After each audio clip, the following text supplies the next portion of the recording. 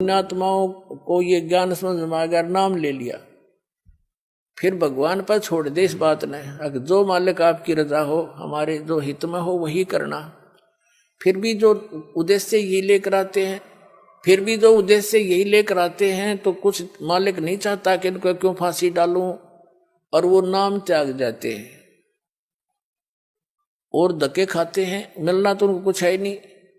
तो फिर क्या होता है, उस बहन के साथ क्या बीतेगी। परमात्मा कहते हैं कि इस काल, यो काल ऐसी दुर्गति करेगा आपकी, वो बहन की मृत्यु हो जाएगी। इसी दुख में, हे भगवान मेरा बालक ना होए, हे भगवान मेरा बच्चे ना होए, बताओ। तो इस तरफ में वह मर जाती है। तो काल तो विलियन है, ये तो खलनायक है। ये क्या करता है कि ले अब के तेरे को बच्चे बच्चे दे देता हूं, अगले जन्म में उसको कुतिया की योनि मिलती है, और एक टाइम में वह 8 बच्चे पैदा करेगी। फिर नु कहेगा ले तू बच्चे पैदा करके छक ले। तो वह दुर्गति जाकर वाई खड़ी कर ली, अपने जी ने साका पैदा कर लिया, समस्या। और परमात्मा कहते हैं, होले सुहागण सुरता त्यारे, मालिक गिर जाना है हेतु तो। होले सुहागण सुरता त्यारे, मालिक गिर जाना है तेरा। सोन शेखर बर तारे, मालिक गिर जाना है। नाले दोले ओढ़ पैर लेकर 16 श्रृंगार, आज नहीं तय तड़के परसों आवेंगे तेरे लड़िहारे, मालिक गिर जाना है तू तो। होले सुहागण सुरता त्यारे, तेरे साथ की कितनी जाली तू क्यों लारी वार, तेरे साथ की कितनी जाली तू क्यों लारी वार। गुड़िया खेलत जन्म गवाया, लाया है नहीं विचारे, मालिक गिर जाना है तू तो। होले सुहागण सुरता त्यारे, है तेरा सोन शेखर बर तारे।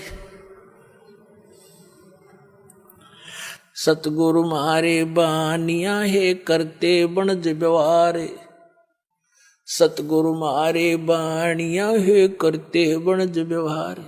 बिन डांडी बिन पालड़े है तोले दिया संसारे, मालिक घर जाना है तू तो। होले सुहागण सुरता त्यारे,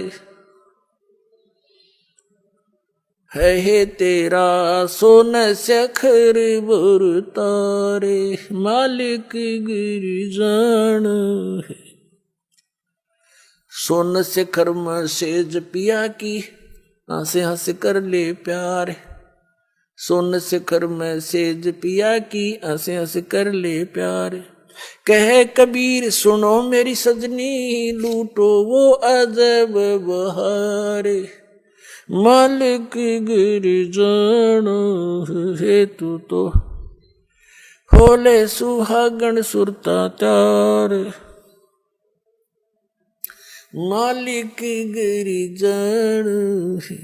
इसमें क्या समझाना चाहा परम पिता ने।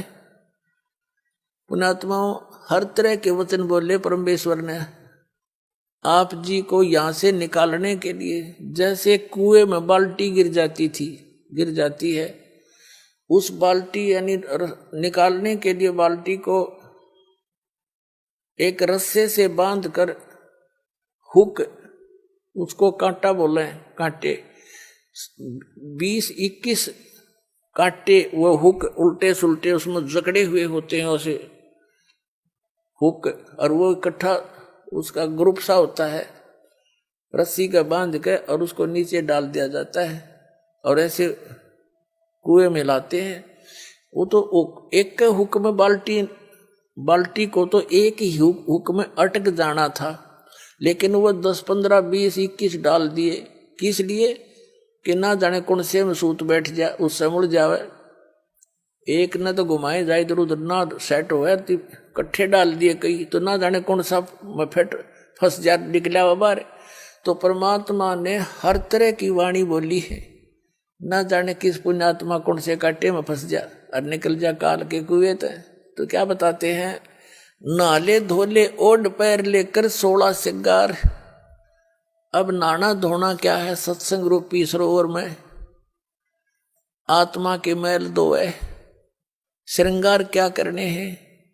शील, संतोष, दया, विवेक, दान, धर्म, भक्ति, सिमरन, ये विवेक से काम लेना, ये आपके श्रृंगार हैं भगत के। बुराइयों से दूर रहना, भक्ति करना, दान देना, तो ये इस तरह की जो सेवा, हाथ से सेवा करना, ये श्रृंगार है इस आत्मा के, जिससे परमात्मा को प्यारी लगेगी।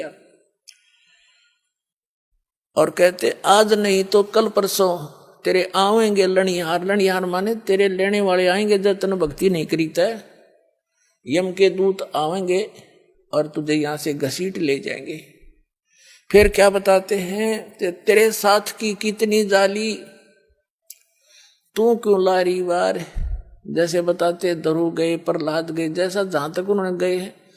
और क्योंकि परमात्मा कबीर जी के आने से पहले आप जी को किसी भी ऐसी आत्मा का ज्ञान नहीं था जो मोक्ष को प्राप्त हुई है। आप जी केवल धरु, प्रहलाद, मीरा बाई और इनको, इस तरह की जो आत्माएं थी, इनको पार समझते थे। उसी तरह भगवान ने आके ज्ञान देना चाहा ताकि इनकी वास्ता अटके, भगवान में लगे। फिर सही स्थान की टिकट मिल गई तो वो तो वहीं जाकर छोड़ देगा।